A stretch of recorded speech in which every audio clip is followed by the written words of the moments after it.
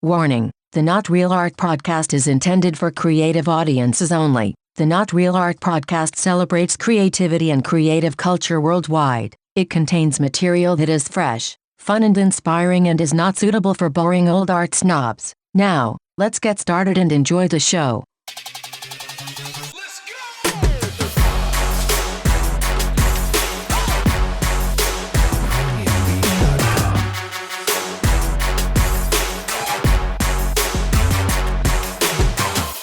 Welcome to the Not Real Art podcast, where we celebrate creative culture and the artists who make it. I'm your host, Sourdough. My co-host, Man One, is on assignment. 2020 has been crazy. Like me, I bet you too have been struggling to stay creative and productive. I suspect you've been wondering what top professional artists are doing to stay on top of their game during this COVID pandemic. Well, on today's episode, we've got two world-class musicians who will share what they've been up to creatively and how they are making the most out of these tough times. Dessy Di Lauro and Ric'key Pageot, the husband and wife duo and heart and soul of the musical group Parlor Social, are back on the podcast for a second time, and they're going to share what they've been doing to stay creative, productive, and positive. But before we get into this great conversation, I want to ask you to please be sure to like this podcast and subscribe today. Please share it with your friends on social too. Also, go to our website at notrealart.com. Sign up for our newsletter to stay informed about all the cool stuff we do for artists and art lovers here at Not Real Art. Through our website, you can get access to free educational videos. Sign up for our 2021 Artist Grant for the chance to receive $2,000, buy affordable, original contemporary art, and even become a Patreon supporter. Now, like I was saying, 2020 has been nuts, and staying inspired and finding hope, and it's been challenging for all of us. But Dessy Di Lauro, Ric'key Pageot from Parlor Social have been totally committed and focused, staying productive this year and using their musical gifts to put out positive energy, give their fans hope, and helping us all stay inspired. So let's get into this and let's hear their story.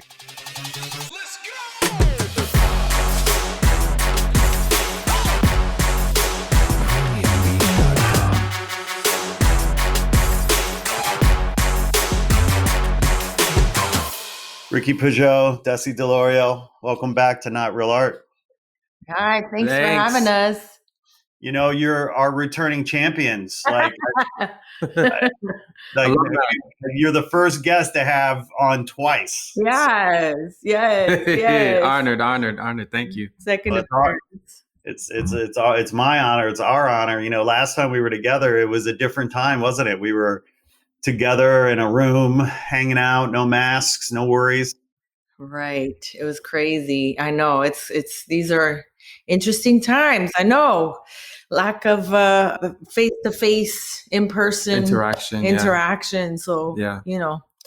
Well, and no industry has been hit harder than the music industry, it seems. I mean, so many industries have been hit hard. Let me be fair. The music industry is certainly one of those industries.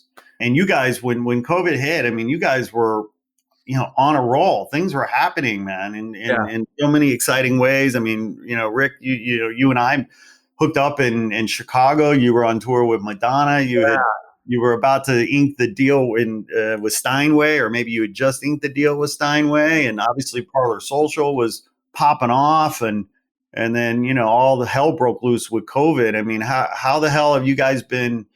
Doing? How have you been adapting? How have you been, dare I say, surviving this year? Well, it's funny that you brought me back to all of that, because it just seemed like eons ago. But yeah, it has changed a lot. Things have changed a lot. Plans have changed. We've had to reimagine how we're, going about things now and how we're foreseeing the future is going to be in our industry. And obviously, our industry thrives on big crowds. And that is going to be the last thing that, that's probably going to jump off at the end of, this quarantine, social distancing thing. You know what I'm saying? So the news that we've gotten in the last week or so even this morning with Moderna, last week it was Pfizer. Now this morning, now it's Moderna. So these vaccines looks like they're going to be available in the first quarter to the general population. So that's encouraging news, to think that we were already settling, that things weren't going to be normal until 2022. So the fact that they're talking about first quarter, already it's a good thing. But in the meantime, we've been trying to, like I said, reimagine, trying to stay busy, trying to stay relevant. So we've been doing a weekly show, live stream show. Thank God we have each other, because we can do it without the help, the help of any other, musician or, anyone out there. So all we need is a camera and, our instruments. So we've been doing that every week. We've had to readapt and do everything online, streaming online. And it's so crazy because my 2020 started off with like a really bad ear infection. We had booked dates in Europe while Ric'key was doing Madonna. We were going to do some dates in London and France, and I couldn't go. So it kind of started off like that. And then it depicted the rest leading up until now. Yeah, because we're in the middle of a tour. Like you said, Scott, we saw each other in Chicago. That was, one of our shows in the Not Giving Up on You tour. So we booked a bunch of dates in the US that we ended up doing last year. And like Dessy said, we had shows booked in Europe, and that didn't happen because she got an ear infection. And, COVID, I guess, was already going around, not knowing how much of an impact this would have. So yeah, 2020 has been a very challenging year, but obviously readapting. I think the people who are going to survive 2020, so to speak, is the people who are going to accept the fact that we're going to have to reimagine how we're going to go about doing things, even as artists. And the craziest thing is that we're the busiest unemployed people on the planet right now. I tell Ric'key all the time, we're super busy. We're being super creative during this time. So it's actually brought out a creative force with both of us, Parlor Social, together, separately. So it's weird to say this, but it's we've used it to our advantage, and made the best out of it by being creative and keep us sane. And it's brought out an amazing thing. We have all this time. So you were never going to get back this time. This time right now, unwanted, of course, but the blessing is that we have this time and to make use of it, because we'll never have this time again. Like all this time hopefully. To just do. Yeah, hopefully. So. Well, it is so interesting because artists are perhaps in many ways best equipped to adapt to this, right? Because artists are magicians. We're used to making something out of nothing, or when life throws us lemons, where we somehow can figure out how to make lemonade. And, if we're lucky, we've got some vodka to throw in there too, right? But that's the challenge, right? And you said accept, and you said the word accept. I mean, it's almost like we've had to go through the stages of grief of like shock, denial, anger, acceptance, like whatever those stages are. And we had to do it quickly because I think initially, right, we all felt like, oh, okay, maybe this will blow over in 2 or 3 months. And then as we really got to accept like how big and whatever it was like, oh, we're going to need a vaccine. Oh, we're going to need this and that. I mean, like we have to buckle down and figure out how to adapt, because it could be, another year, right, before we all get a vaccine. And I don't know. I mean, how do you guys feel about the vaccine? I mean, if it was available tomorrow, would you take it? Depends who's promoting it. Yeah. I agree with Kamala. If it's coming from this administration, the Trump administration, no, I'm going to be skeptical. I'm still skeptical.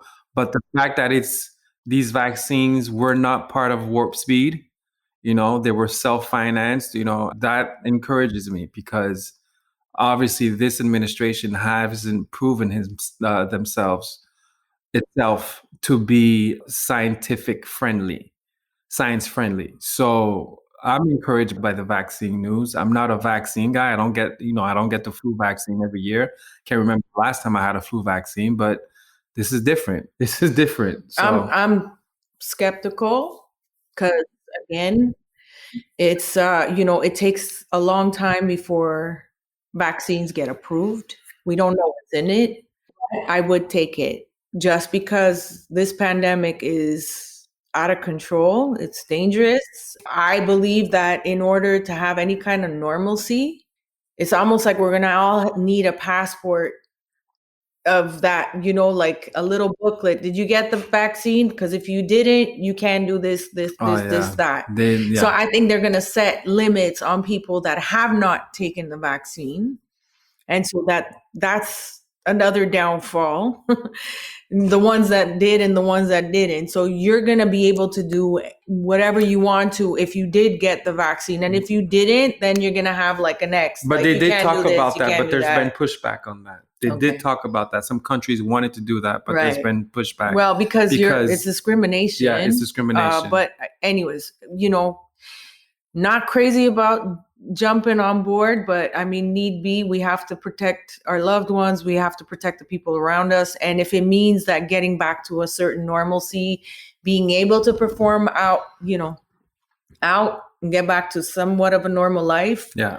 So the economy doesn't completely collapse. Yeah. I would. So, yeah.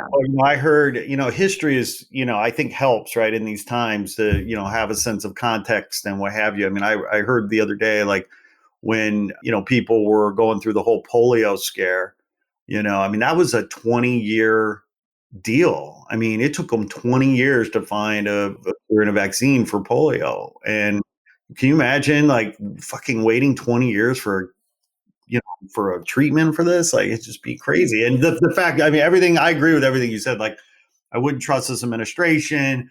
Obviously, it's crazy that they were able to come up with something so quick. We don't know what's in it, all that good stuff. But it is amazing that they feel like they have something 95% effective inside a year. Like, that's wild. Right. Yeah. I mean, that's a positive.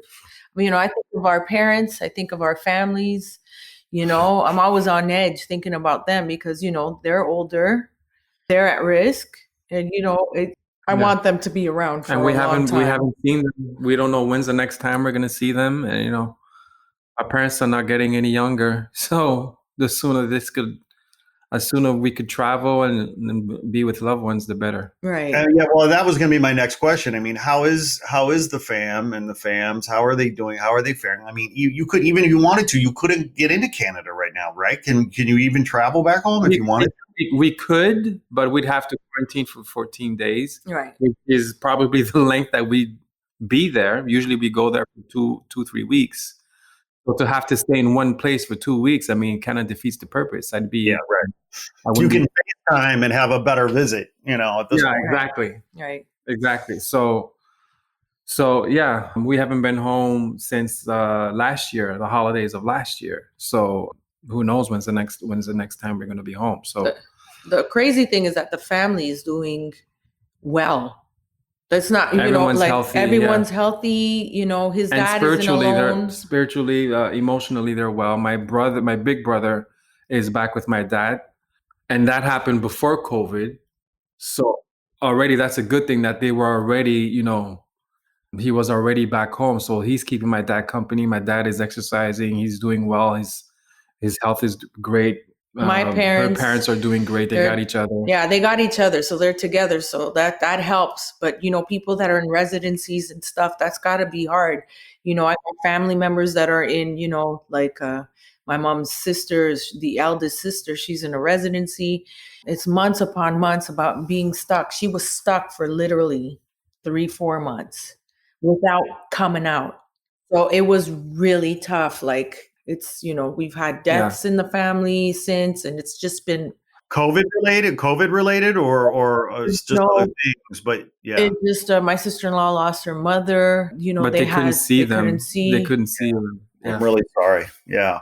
And the goodbye was like wearing a hazmat suit, not even touching your loved one. It's just an awful situation all the way around for people that are, so thank God, our parents are well. So that's the great thing, so.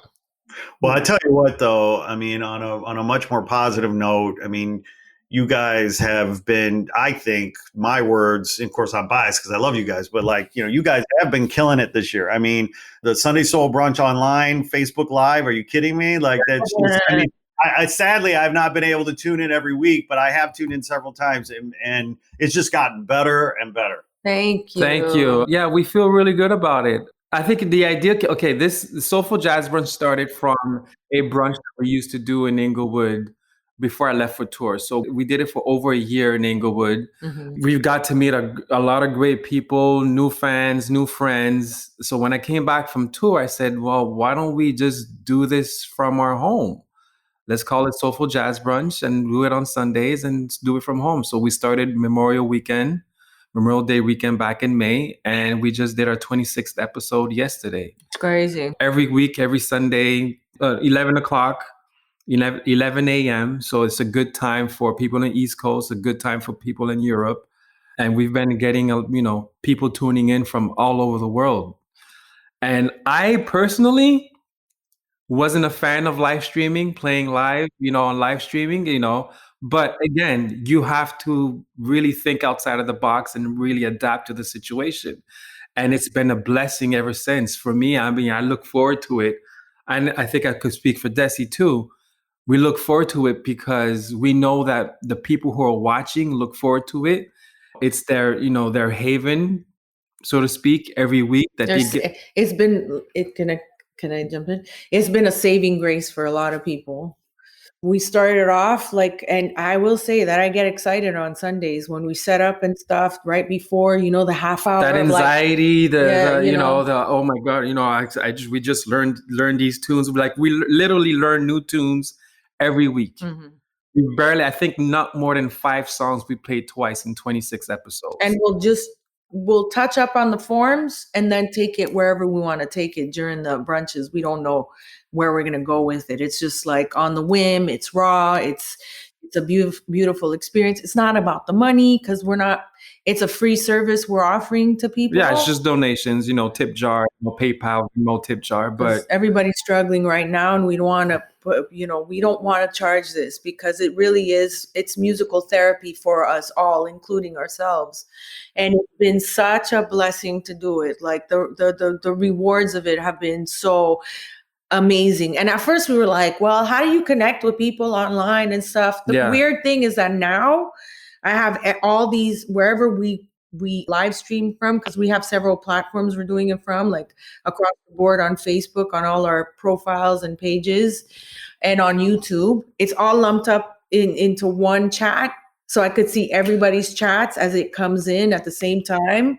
And you feel that connection and stuff. It's so weird. It's even though it's virtual, we're getting a lot of feedback and stuff. And it's become this really cool, almost like church every Sunday. And that's the trick. The trick is really engaging with the audience, the virtual audience. Just reading the comments, giving shout outs, looking at comments, people make jokes and we repeat them, and we notice that that's what's helped grow our audience. It's engaging with the audience. So anybody out there who wants to do a live stream, try it out. And my biggest advice would be engage with your audience during the live stream. Yep. That helps a lot. And find what works for you, because this was natural to us. We already did this. So when we brought this, it was just people were like, oh, wow.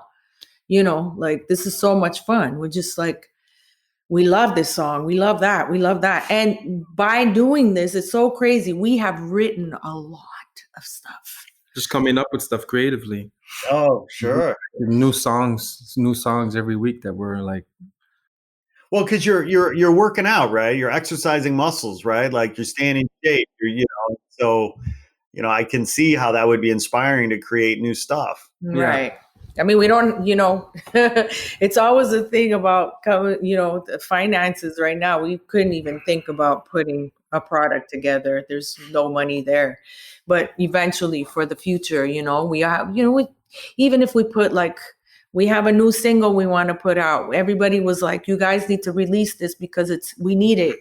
It's so inspiring. We need this song. It's called A New Day, a song that we wrote, A New Day. And it really is about yes, we're going through all this stuff, but we're going to get out of this. We're going to be okay. A new day is coming. A brighter days are coming. And just the message and stuff, we realize that people need this message. People need the word, need a positive message, an upliftment and support, and the encouragement, because people are like going through it right now. You just gave me an idea. Live on. Let's hear it. Let's hear it right now. What? Well, you just gave me an idea of releasing. We should release maybe an album or a compilation album of songs that we've done throughout this pandemic and soulful jazz brunch, like right. Soulful Jazz Brunch, fan favorite. That's the name of the album right there, right? That's an album right there. You know what I'm saying? Because a lot of the songs that we do, we flip them, we completely rearrange them, we reinterpret them, and we get comments, oh my God, you guys should release that song. Like yesterday. I usually brush it off. I'm like, no, we're not a cover band. Right. But the way that we interpret them, make it our own. And again, if the demand is there, right. Don't ignore it. Right. But okay, so I have a question for you, because I'm just, I'm here. I love that idea, but like, so is that something that you might, and I'm just spitballing here, but like, is that something that you would feel comfortable like just putting out, say, for example, on Spotify as a way of like creating content and keeping things fresh? Yeah, because it would tie into Soulful Jazz Brunch. We already have a following on Soulful Jazz Brunch, so we released this. Mm-hmm. Already we have that following that would, a following of people that would say, oh, I remember when you guys performed this. And here's, I love the way you perform Walk On By. I love the way you perform this, Stevie. Yeah. I was just going to say that. People said that it's like, I'm a Dionne Warwick fan. So when I hear people say that your version is way better than the original, which, to me, that's impossible. But Ric'key came up with the idea, and it's so funny because Friday night I was like, I don't know, I'm not crazy about that. When we were rehearsing it, I was like, I'm not sure about that vibe. And then after yesterday, I was like, that vibe was killing. Because what we came up with, it was so like, wow. I was like, whoa, that's a vibe. That's a sick vibe. So like, yeah, that mixed in with some originals that we came up with during the Soulful Jazz Brunch, I think would be killer. Yeah. Killer. And it's inspiring to see, the two biggest platforms during quarantine that inspired, a lot of us is D-Nice, his Club Quarantine. It's incredible what he did. Oh my God. We spent hours watching. God bless him, man. God bless that. And so Timbaland and Swizz versus, those two platforms. Thank God for that, thank God we were able to watch the first original verses between Timbaland and Swizz. Right. So we saw how the rawness, the original rawness, and what it's come to. You know what I'm saying? So those two platforms were like, these guys contributed to helping all of us get by this period. So how can we contribute? And that's how Soulful Jazz Brunch We just don't have Michelle Obama watching yet. Not yet. But but the rawness of the original, I often joke about, when you're trying new things or whatever, like it's kind of like when you're making pancakes. I mean, the first pancake is never like exactly the way it's supposed to be. Like, It's the second or third pancake. So, but I mean, in your case, right, with the live streaming thing, I mean, for anybody, these are new technologies, new capabilities, new muscles that you haven't exercised before. And it does take a while to kind of work the out and stuff. I mean, how many episodes, like when you really felt like you were hitting your stride? I mean, do you feel like that was the third session, the fourth session? Like, when do you feel like you really started like hitting your stride? No, I'd say it's in two different separate things. Because at first we had somebody helping us. Oh, right. And we had like third party, so he'd be monitoring everything. So he was the AV tech, basically, off-site AV tech. And then when he left, we had to do it ourselves, and we had like a couple crashes. But I would say August is when we kind of got our into the I think so too. Things. Is that when we did it? Autonomously. Yeah. Okay. Yeah. So I think that's August. So we started last week of May 24th. And I'd say August is when we really like got our swing. And then Ric'key souped up the studio and bought lights. And now we're doing like themes where it's lights. Like Halloween, and now we got fall, and then Christmas is coming. So we're going to decorate up there. And he's got the lights that go with the music and the beats and stuff. So are you going to wear Santa hats? Oh, yeah. You got to bring, and we're going to wear some ugly Christmas sweaters ugly too. Christmas sweaters. Nice. Oh, good. I love that. Target's full. So we're going to go to Target and buy our ugly sweater. Better get Christmas sweaters. So yeah, it's fun. It's a lot of fun. It's just like, and again, the fan, the audience enjoys it, so that's what makes it fun, Well, I think, there's a couple things I want to say about this. One is for our audience out there listening, like, I just want to clarify something and level set a little bit, because you two are seasoned vets in the music industry, live performance. From production standpoint, from a musicality standpoint, from a performance standpoint, you're world class. It doesn't get any better. So if it took you 6, 8 weeks, 12 weeks to get it dialed in, like, people need to be kind to themselves and patient with themselves, because this is a whole new challenge, a whole new realm, and it takes time, and, you gotta be patient and perfect it, so that's important for people to realize. I don't want people to be intimidated, right? Because it's something new. You're like, no, you got to dive in. You got to start. Exactly. And some people have their time. Like, I know a lot of people, their heart isn't into doing live streaming, and that's okay. You got to give yourself time, and you got to be kind to yourself. Be gentle with yourself, because these are not normal times, and it's okay to go through whatever process that you need to go through right now. We just dove right into it because I feel like maybe because Ric'key was on tour, and then when he got back, the energy of us two getting back together and us creating, and we just feed off of each other. And we're lucky because he's a keyboard player, I'm a singer. There's no better scenario than that. We're a team, and it's easy. For other people that are alone at home, it's tough. Not everybody's in the same situation as we are. So it may be something else that people discover about themselves that during this time. So it's different for everybody. We're blessed because we're together and we're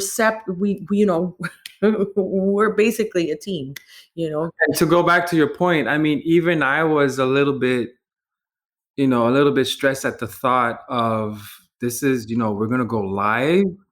Like, whatever we play, there's no taking it back. That's it. It's out there. We mess up. It's out there. It's archived. So that thought, it's raw. Yeah. So that thought alone, back in the day, you used to kind of like stress me, but now it's, I appreciate the thought and the fact that people enjoy the rawness also. The little flubs, the little mess up. Right. Well, we're living in it's like a new kind of species of fruit, right? Like, performing live, being super tight and highly produced and flawless. Like, that's a fruit, that's an orange or an apple or whatever. Like, this live, raw streaming stuff is like it's a new thing. And like, people, I think, are very, they're aware, they are forgiving, they almost welcome that kind of rawness, and it's just kind of a different thing. And so you kind of have to get used to the fact that like it's a different animal, it's a different fruit, and it tastes different, it is different, but it's still delicious and it's still cool, and we're just kind of getting used to it, Right. Yeah. And like, we've gotten better because of it. Vocally, I told Ric'key right after the brunch yesterday that I was like, I've gotten quicker with looping on the cuff, on the whim, background vocals, layering, and just ideas off the top of my head. It's nothing that we pre-planned. Like, I got 20 seconds to come up with a part. Okay. And then layer it and create like a background vocal and loop it on the spot. So it's really, we both gotten really quick, and both, it's improved our playing, singing, a lot. Thank God for this outlet every week. I just keep thinking, like, imagine if we had not performed since March. Imagine that, like I said, 26 episodes. So imagine we passed through 26 weeks without performing. That, you know what I'm saying? It's just killer. That would be a killer. and like you said, it's a muscle. We're exercising our creative muscles. And that's what's important. And even for me, my little challenge, I don't play with charts at all. We're playing new songs every week. And I make it a point to challenge myself, challenge my brain, and learn all these songs by heart every week. I can't. It doesn't register. All those lyrics and stuff in my head, it's just like jambalaya in my head. It's just my it's my personal challenge to learn all these songs by heart and not play with any charts. Well, and if you're recording these sessions, or you're getting new content, Right. Yeah. You can repurpose, and yes, it's not polished, and yes, it's raw, but that's the point, right? Like, you suddenly have this different kind of product Yeah. you're creating that can be repurposed and reused.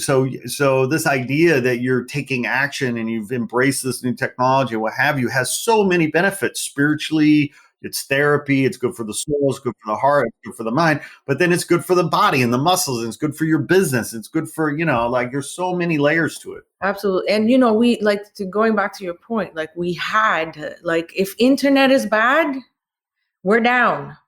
So they're those are the challenges of streaming, because you're dependent on, like, oh my gosh, please, today, we had to get the high speed internet. High speed.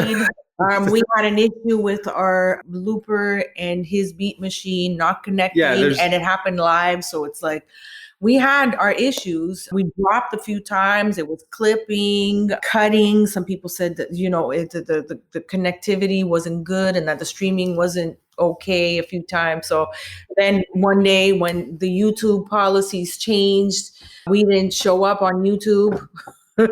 So there have been, like, it's challenges. But what about Twitch? Are you guys on Twitch too? Are you using that or integrating Twitch? No, because it seems, we didn't integrate Twitch because you do have to set a price on Twitch, and we don't want to do that. Because it's a free service, we want to keep it that way. Now, future-wise, we want this to keep going. We came up with a really good concept. Eventually have guests, bring a band in studio, develop it more. We have ideas that we're playing with for future, because it's too good. We came up with this concept. It was a concept developed from a concept already that we were doing. And it's become something really important. And, we want to grow it eventually. So. Yeah, well, you have been growing it, and it's going to continue to grow. And I can't wait to see what it grows into, because as things continue to open up, I could see this as a show on Sunday mornings on, Name Your Network or whatever, right? Like, how amazing would that be, right? To, like, take it, but at the end of the day, like, it is such a beautiful thing that you guys are doing. When all hell broke loose in March with COVID, Ric'key, you had recently signed your deal with Steinway. You are officially a Steinway artist now, correct? Yeah. And that's been a blessing. That's the other project that I'm working on as well, preparing for when things open up, is get back to my classical roots of performing, classical music, but classical music written by Black composers. That's something that growing up, I was never taught about the contribution of Black composers in classical music. And this goes back to, 18th century with Mozart's contemporary, Joseph Boulogne.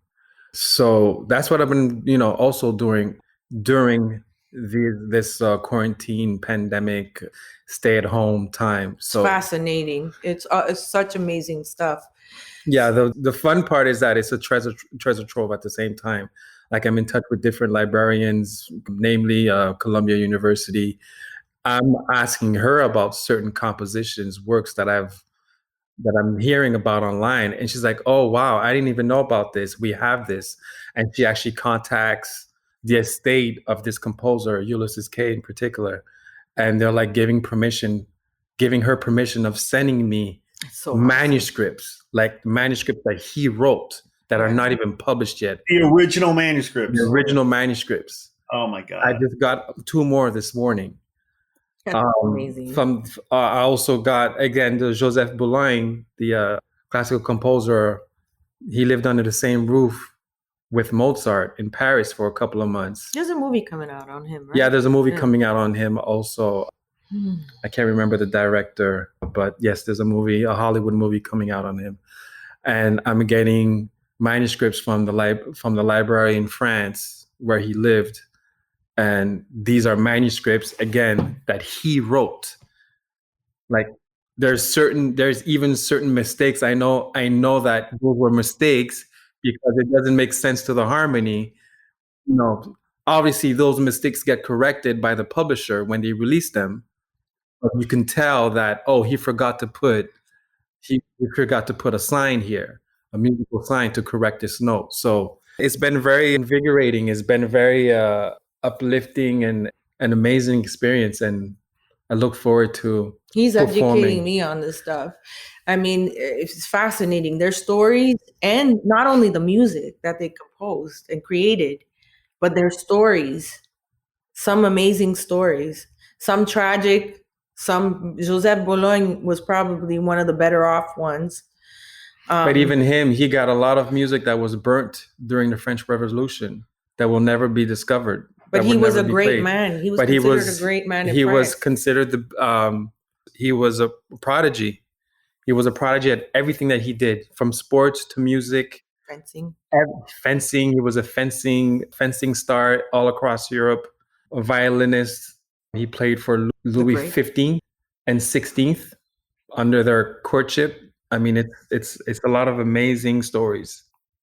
Thank God this information is still available. I mean, obviously some of it's lost, but clearly there's been an effort to squash this truth, right, over the decades and centuries. I mean, if you weren't aware of it, Ric'key, as a Haitian-born musician or a musician with Haitian roots studying at the highest levels, if you weren't aware of it, right, then clearly, it has been, suppressed, squashed, disregarded, hidden, whatever. The fact that these documents and this stuff, I mean, the fact that it still exists is what a blessing that is. Like, part of me is relieved, but also very surprised that, because if you're going to lie and hide the truth, it's like, they clearly left some evidence is what I'm getting at. And thank God they did. It's sad because you think of it, there are probably thousands out there that won't ever have their story told. No. Just like food, slaves had to hide certain seeds that came from Africa. This is a true story. In North Carolina, they're having a resurgence of food, like all the original rice and barley, and they found slaves had to hide it because they destroyed all this stuff. Seeds from Africa? Yes, seeds from actual rice seeds from Africa. They didn't want anything like out there that represented Africa or that came, or like when the slaves got their so-called freedom. And so I imagine it's the same for everything across the board. Yeah. For music as well, like religion, culture, language, everything. Yeah. So.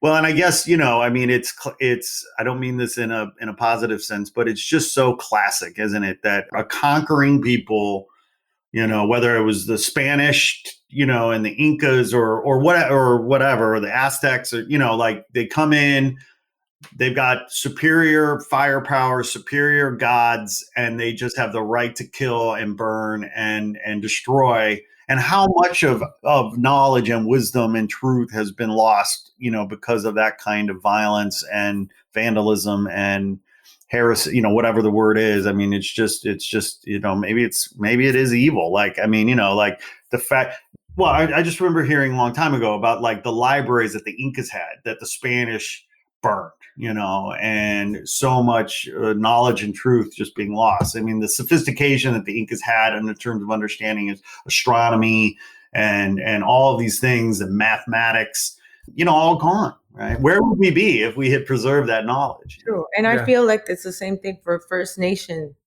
the indigenous. We don't get enough. We don't get enough of those stories. Like, it's already bad enough with the Black culture and stuff, but like, even as far as indigenous stories, where are the stories? Where's the historic, amazing stories? We don't hear any. We don't. It's almost like it's been like removed, completely removed. Indigenous folks have been removed out of society. It's just bizarre. Like it is what it is. That's the evil of humanity. It's crazy. Well, so Ric'key, but I mean, so I started asking about Steinway, and then you led into this great story about the research you're doing. And because we're friends, I'm a little, I'm aware of the movie project that you're working on. But is Steinway involved with that? I mean, where does the Steinway relationship, where is it now? I mean, in COVID, where do you see it going? And then obviously the movie project is something you're working on. And where are you at with that? Yeah, the movie project, I mean, obviously it's been slow because of COVID, but I'm still in the preliminary aspect. I'm still in the research process of it. I finally found, a director who's down, who's excited about it. So right now, it's just a matter of finishing up the research, figuring out who we're going to talk about, what stories that we want to put out there and, include in the movie, because right now it's deciding whether it's going to be a 2-hour movie or is it going to be a series, because there's so many stories out there. And also, what kind of budget are we going to be able to work with? That's going to determine also the length. So yeah, I mean, I'm really excited about it. I'm nervous at the same time because it's new for me, but definitely surrounding myself with people who are already established in this, so. And he's been doing some master classes as well. So it's opening up another door for him to be teaching as well, which is fantastic. Talk about that. I mean, tell me more about these master classes. Well, I already did 2 now this semester. One is in the UK, Leeds Conservatoire. And the other one I just did last week with my alma mater, McGill University in Montreal. And both have been great. I'm really loving this. And I also just got a teaching gig in London at Congratulations. London. Thank you. So now again, it's just figuring out when things are going to open up. It was supposed to open up in September, but the UK is, they're taking a beating, as the rest of the country, the rest of the world as well, because the second wave is coming through now. So, a lot of things are just like unpredictable right now, but I really look forward to 2021, seeing what actually develops. I've been in this period of my career now that I really, really, really want to give back. I want to have a bigger purpose than just, self-gratifying, releasing music and becoming famous. Now it's more like, how can I give back? How can I fulfill that part? Because I used to teach in Montreal and I haven't taught since I got to LA, and I've been teaching private lessons to Madonna's kids because I only used to teach them on tour, but now I'm able to teach them, give them piano lessons every week off tour now. And that's been great. And, as they say, the best teacher is a student. So I've been learning a lot from teaching as well from these kids. So I just want to, I'm really in a phase of my career where I really want to have purpose by giving back, by, doing my part in helping the next generation, whether again is through teaching them about Black composers or just mentorship. I'm about to have a meeting with the Black Alumni Association of McGill, and they're setting up a new mentorship program for Black students at McGill. And I really want to be part of that. So, how many Black students were in your graduating class? And how? I don't think much. Probably like barely more than 10. One in your hand. Yeah, maybe 5 or 10. But again, when I did the how many students of color? Let's broaden it up. I mean, was it primarily a white class when you graduated? Yeah, definitely. McGill has always been very traditional.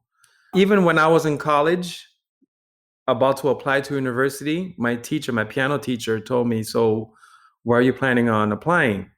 He said, "Are you applying at McGill?" I said, "McGill?" I never thought that McGill was from my type. So when he told me McGill, I was like, huh? McGill is not my type. He's like, why? I was like, I just didn't see myself represented at McGill. You know what I'm saying? And I owe so much to him by even putting that thought in my head, because from that point, I practiced my ass off for the next year for the audition, to prepare myself for the audition. And I got in. But it shouldn't have to be like that. And I want to make sure that, kids growing up in Montreal don't have to think that McGill is not for them, Because it's an Ivy League school. It's an Ivy League type school in Canada. It's one of the top schools in Canada, even the world. So I want to make sure that, Black kids in Montreal can see themselves at McGill. They can see themselves in high-end institutions. You know what I'm saying? So that's my goal. That's my goal right now. That's beautiful, man.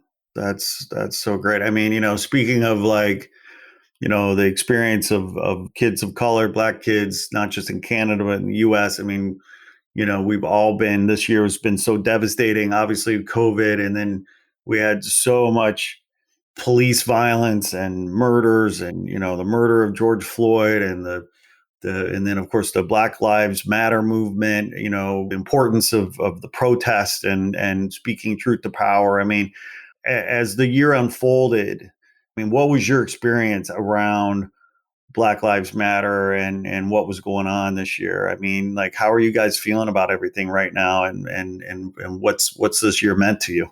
It's still going. It's still ongoing. Like just within the past week or so, I don't know if you heard about Kwaywan, 15-year-old boy.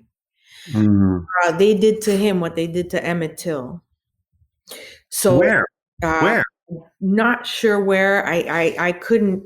Just a picture that the mom decided to post his picture. It's devastating. It's heart-wrenching. It's gut-wrenching. It's infuriating. You don't even want to see careful what you show there, but Louisiana. So this just happened in Louisiana. And the mom showed his picture in the morgue. So it's a small town in Louisiana. Yeah. Yeah. So I'm the type of person that for the past couple of years, I've been saying these protests are not working. Sure, it changes stuff for the minute and everybody's jumping on the bandwagon with this Black Lives Matter and starting, now we're getting people how can we change things? And it's good. It's moving the conversation forward, but it's not enough. It's not enough. We have a problem. And right now the problem's at the top as well. That's enabling these crazy people to come out and just be emboldened to come out and do and say whatever they want to. Just a few weeks ago when we had the first Democratic debate, I was exercising in Burbank. This is Burbank. And some man decided to put his KKK hood on his little antenna on his Suburban. So this is how emboldened people feel, right? So the conversation is great that we're having this conversation, and it's we need to have this conversation, but there's a long way to go before anything changes. A really long way to go. Now we're seeing these acts of violence we used to see back in the 50s. We used to hear about back in the 50s, 40s, 50s. It feels like we're almost going backwards with whatever's going on. There's such a big gap and a big separation and big division that there's a lot of hate right now. And it's just it's going to take a lot to repair and it's going to take a lot to change. But this case of Kwaywan is just devastating. Well, I'm, sort of in shock and because, I'd like to think of myself as being somebody that's pretty well informed. I have not heard this story. This is a very new story. This has just happened, or this has been this. Yeah. Okay. Yeah. Yeah. And I feel like maybe they've suppressed it on some level with the election or whatever, because his body was found November 3rd. So election day. So, and he basically was kidnapped from his home by people he knew. So this is a get out story. It's the real life Get Out story. He went with friends of his, a white family, for a sleepover. They picked him up. The mother, didn't know it.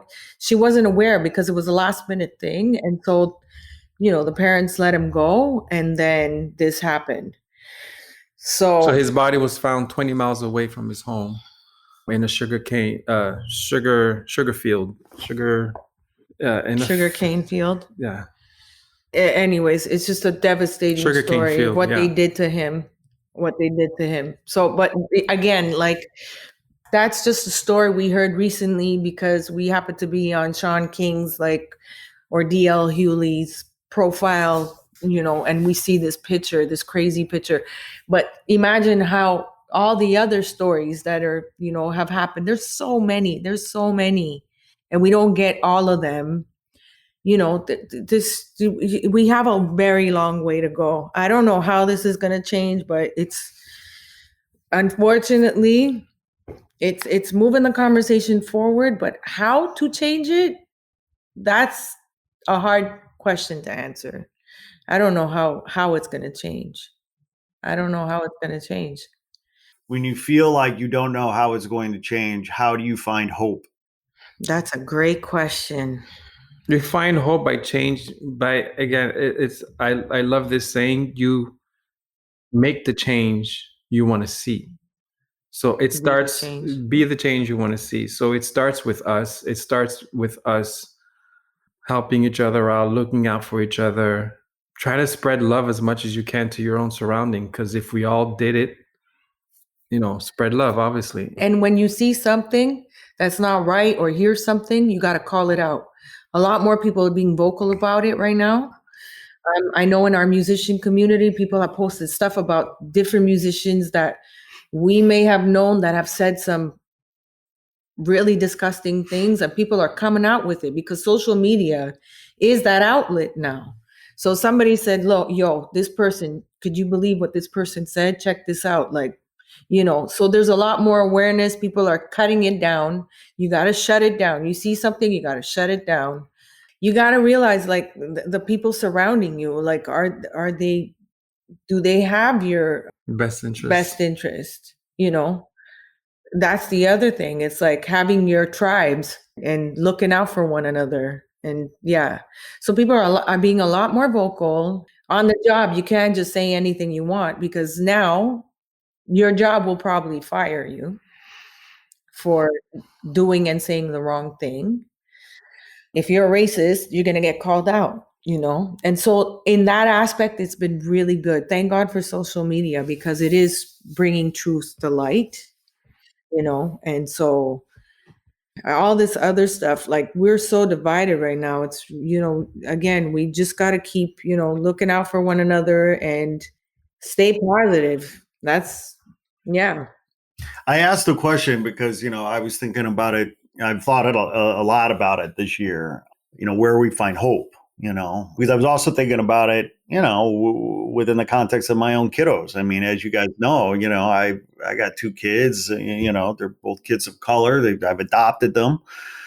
And they're not growing up with the same privilege, obviously, that I did as a straight white dude in the Midwest, right? But they are growing up with different privileges, right? Because I didn't come from, the kind of opportunities. I mean, I was a working class kid, my kids are going to have certain opportunities that I didn't have economically or whatever. But I found hope. I was thinking about it, right? Because this is where I was like, you know what? Because I'm 50, right? So I have a sense of context and history that my 3-year-old, my 8-year-old doesn't. And guess what? My 8-year-old, for her reality is that her first president was Black. She's about to see the first female African-American vice president, right? So for her, it's normal. It's normal to see people of color in leadership positions in this country. So she doesn't have this sense of oh, this is so unusual, so, hard fought, she will eventually, but for her reality is this is the normal for her, and so I thought about that. I thought, God, that actually gives me hope, because it is moving in the right direction. You have these horrific, evil things that we have to continue to squash and call out and rectify and work on, and it's going to be it's a long way to go, but there's still a lot of hope out there. Kids are so like innocent. Like if we just let kids be, they wouldn't see color. They wouldn't see they wouldn't see any of this stuff. Like it's how we, like you're raising your kids amazing because they're not going to see that. But that's not the case in a lot of places in this country. So. But what I was going to add is kids have a lot more access than we did to information and misinformation. The internet is just a cesspool of misinformation, disinformation, lies. So also the challenge with the next generation is also teaching them how to deal with the virtual world. You know what I'm saying? You got to be careful what information you consume. Mm-hmm. Make sure you're relying on reliable sources. Don't take memes as newsworthy information. So I commend parents nowadays, especially going through COVID right now, where everything is online. These kids can't interact for an entire year with other kids. Who knows how much impact that's going to have in their psyche for the next 5 to 10 years, how much of a setback this can mean for these kids for the next, because none of us have been through this. So we don't have anything to say, oh, okay, well, this is going to be the impact of these kids because we just went through it. No, the last time something like this happened was 100 years ago. Mm-hmm. There was no internet. There was no computers. I think even after the quarantine era goes through, we still have to pay attention to these kids because who knows what kind of psychological setback it has created for them. Absolutely. And I will say that I just want to big up to hip hop, because I think the hip hop generation has really changed the mindset of young kids, young white kids that are raised with the same influences. You could walk down the street and see two young men. If you're looking at two young men walking with hoodies on, you can't tell which one is black, which one is white. You know what I'm saying? So the whole hip hop culture has really made an impact on like these kids going out and protesting alongside and taking up and being an ally, and standing up for the Black Lives Matter. I think it's a beautiful thing. We have to credit hip hop music for that, because hip hop is one of the biggest, musical genre. It's the biggest. Since last year or 2 years ago, it's become the biggest selling genre. Well, and this also hits on another reason why I have hope, because the demographics of this country are changing. And that's why the power structure is doubling down on everything it can do to slow it down, because they know it's inevitable, right? That they can't change the demographic shift in this country. This country is getting browner and more beautiful, and they want to hold on to the old ways, or the white. They want to hold on to power. I mean, and it's a power. It's classic. I mean, nobody gives up power easily, and that's what it is. But it's it's not going to be fast, but if you look out over time, it's inevitable. And hip hop, is proof that it's changing, because it's not just about music; it's about culture, right? Like this is a culture that is mainstream now, right? And the crazy thing is that you say that, but the world is changing, and it's not only happening here. It's happening everywhere. I mean, look at Brazil. We have another dictator in Brazil. Like Italy's got another dictator. They're like, it's the last of the Mohicans. Like they're trying to hold on to this power, and they know the world is browning. It's browning, right? Chris Cuomo says it all the time: the browning of the world, the browning of America, and people are just not accepting it. But it is what it is. It's like it's a worldwide issue right now. It's happening all over the world. These people are like it is what it is. The world is changing, and that's a beautiful thing. Culturally, there's so many mixes. I look at Montreal now. You walk down the street in Montreal, it's just unbelievable. People look like me. Like, it's all kinds of mixes everywhere. It's beautiful. That's just what it is. It's like, it's a plus, culturally you're filled up with so much and you got so much more than just, you know what I'm saying? Like, it's crazy, but it's a worldwide problem. It's not just a US problem. We have our issues in Canada too. Like, so yeah. And that's a key point you're making, because it's so easy to feel like we're unique, or somehow our problems are unique, when in fact, the issues of discrimination, of oppression, of economic disparity of so many disparity of justice, disparity. I mean, like these are human conditions, human issues, and it's really about the powerful versus the powerless. And skin color plays into it, because that's an easy thing to point to, but it really boils down to power. And I mean, I have hope, and I think we all have to have hope. There's indications of hope. And I tell you, one of the other reasons I have hope is because of Parlor Social, guys. I love you so much. You guys, I mean, you bring so much goodness and joy into the world with everything you do. And I just want to thank you so much for coming on again today. You're our returning champions. Yay! Yeah, so good. Well, I want to be respectful of your time. I know you guys have a busy day. We've run over an hour. Before we go, is there anything you want to shout out to? Where can people find the live? Obviously on Facebook, but tell people where they can find you. What do you want to promote right now? Well, if people want to follow us on Facebook, we're at Parlor Social Music. On Instagram, we're at Parlor Social, PARLOR, no U. And what else? Yeah, our Soulful Jazz Brunch happens every Sunday, 11 a.m. Pacific time, on YouTube, Soulful Jazz Brunch page, and our Facebook Parlor Social Music page. Mm-hmm. And yeah, we play music from all genres, and we just make it our own, and we have fun, we interact. It's a great vibe. Come join us if you can, and we'll set you off straight for the remainder of the week. So, and hopefully there'll be some collaborations. Hey, maybe Not Real Art could join in, and maybe we could start putting, featuring some different artists on our, We're down. Let's do it. Yes, who knows where this could go. So obviously we got limitations because of social distancing, but when things open up again and we all feel safe again, definitely we want to start collaborating with people. So TV show. TV show, yes. Sitting in a living room playing music. Yeah. I think a variety show, Parlor, so the Sunday Soul Brunch variety show here is. So who knows where this will go, but obviously it has to grow.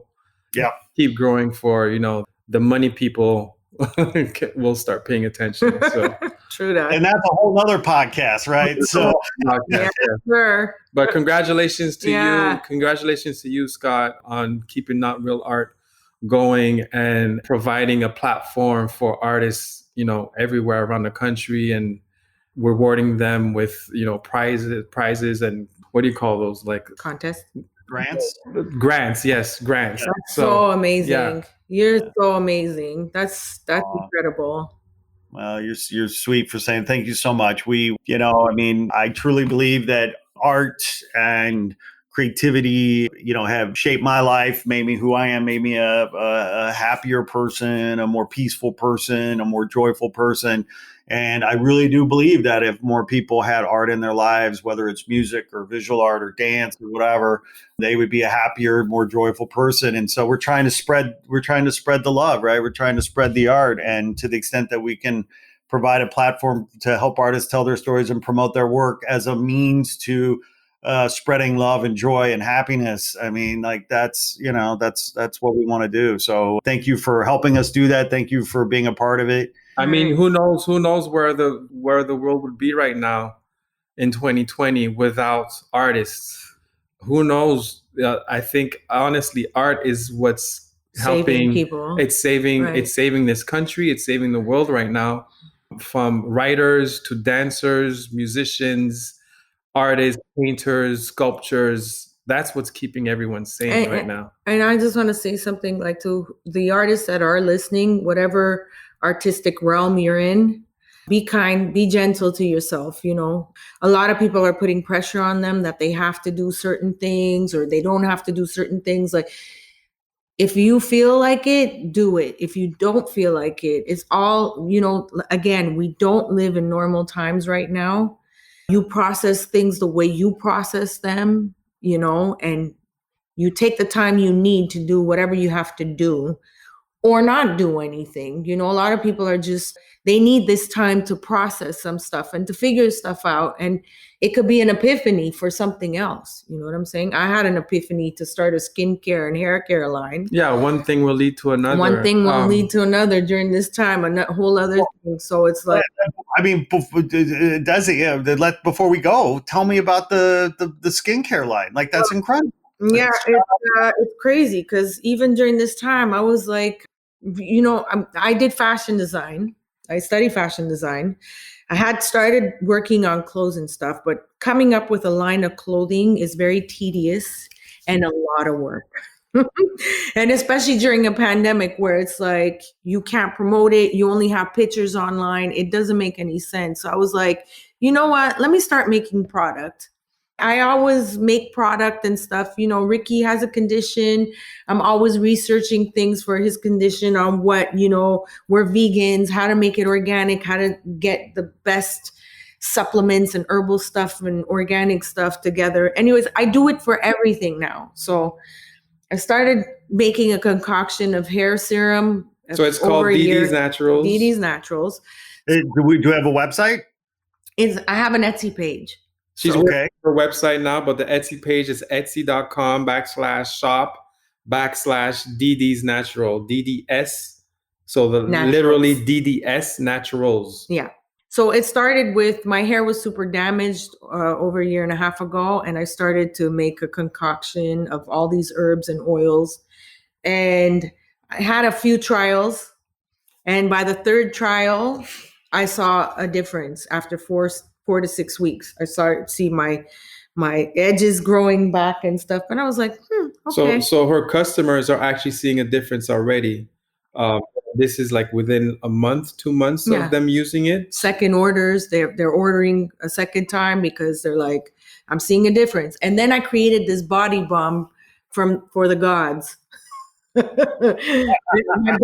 my biggest client here. A body balm for the gods. Can't get enough, huh? Oh my God, I put it on every day. It smells so good. I've never smelled anything like it. And it's all natural. It spreads really nicely on the skin. I put it everywhere, my face, my skin. And one day I went to, like I said, I was teaching Madonna's kids and I had it on me. And the youngest one of the twins, she's like, you smell really good. What is that? And I said, it's a butter. It's my wife's butter. She's like, your wife makes body balm? Yeah. I said, yeah. So I gave them all samples the next class. And Madonna herself had her assistant write me and said, can you bring some more for the kids? So, well, I got to get some for my kids. I mean, if Madonna's doing it, I got to do it. We got to get you guys product because it's even within our community of friends and stuff, people are like, yeah, you're onto something really good. Whatever you put in there is incredible. So her Madonna's entire household, nannies, kids, yeah, social media guy, they all have it. Hair. Or her hairstylist is like, everybody's like hitting. Congratulations, girl! That's amazing. Look at you innovating and inventing and it's in the beginning. There's more stuff coming up: scrubs, eye creams, vegan makeup. So I have like a whole concept. Like I'm on a roll. So yeah. So we got to get the product, Scott. Yeah, you two geniuses. I just. I mean, like I said, like, who knows if we would have taken these risks if it hadn't been for COVID. You know what I'm saying? Because on a regular, life just takes over and responsibilities and not running after gigs, but, having to take care of responsibilities and doing, the regular gigs just to pay rent, pay your bills. But because the playing field has leveled for everyone, we kind of feel like, okay, we don't have to run. We don't have to rush. Well, we're also very blessed because Ric'key came off tour and had like a little nest egg aside. Not everybody is as lucky where they're like not stressing about the lack of work and stuff. So like I said before, we're the busiest unemployed people we know because we have the luxury. I mean, finances are low, but like we're luckier than most because we could try out different things. We didn't have this pressure of like, oh my God, how am I gonna feed my family next week? Where's money going to come in, So we've been blessed. We're a lot more blessed than some other people are. And we realize that. So we had the capabilities of doing all this other stuff. Mm-hmm. Yes. So. Yes. And, and that's such an inspiring story, I think, to end on, because it is, yes. I mean, the savings nest egg thing aside, we really boils down to accepting responsibility for our lives and taking action and trying to make goodness happen for yourself, because no one's coming to save us. No one's coming to save us. Right. I mean, I think there's no help right now. So people are left to their own devices. So how are you going to keep up in this time and keep moving forward? So. Yeah. And by the way, I mean, let me be clear. Every time I drive through an underpass here in LA and I see, people living there under the underpass, I say to myself, there by the grace of God, go I. You know what I mean? Like let's realize we're all who knows what away from being there too. Right. Right. And that's the thing. I tell Ric'key all the time, it's important to realize, like, we see it here in our neighborhood. We're surrounded by, there's a growing influx of. Almost every underpath in the city is a tent city now. We have a food bank. People lined up waiting for food here in Burbank. Like, this is the reality. And I wake up every morning thanking God that we have a roof over our heads, because like you said, it could be any of us, right? These are the times that we're living in, and it's important to count your blessings and, pray for others that are going through it right now, because we know some other people have moved away from LA because they don't have anything. There are no gigs and they can't afford to pay their rent and stuff. There's an influx of musicians and friends leaving right now. This is the hard reality of what's going on. So, yeah. People are leaving the big cities right now. Yeah. Right. Migration is happening in this country. And, we just came out of an election, and again, this is a whole nother podcast, but we just came out of the election, and not once, I don't think I ever heard Biden, of course not Trump, ever overtly talk about the poor. Mm-hmm. Yeah. Right. Talk about the middle class, but the middle class doesn't even exist anymore. Right. It's the haves and the have-nots. Right. It's the rich and the poor. And yeah, sure, there might be a little middle class, but we need to talk about the poor. Yeah. Because the third of the country, if not more, is absolutely below the poverty line. Right. The middle class is becoming the poor. And California, there's a major problem out here. There's a crisis out here. Like, they need to get on it. Like, they keep talking about how they're going to help, but we are not seeing anything right now. And well, we're gonna hold them to the fire when they take office January 20th. Right. We still have to hold them accountable with all. Yes, we see a positive. It's positive, but we need to see that stuff is being done. Right. That's right. Because we don't get the democracy we deserve. We get the democracy we make. And it's up to us, right? And to your point, we got to hold our feet to the fire, speak truth to power, and make it happen. But we have hope again in this new administration, and let's just make it so, right? And guys, I love you so much. Thanks for having us today.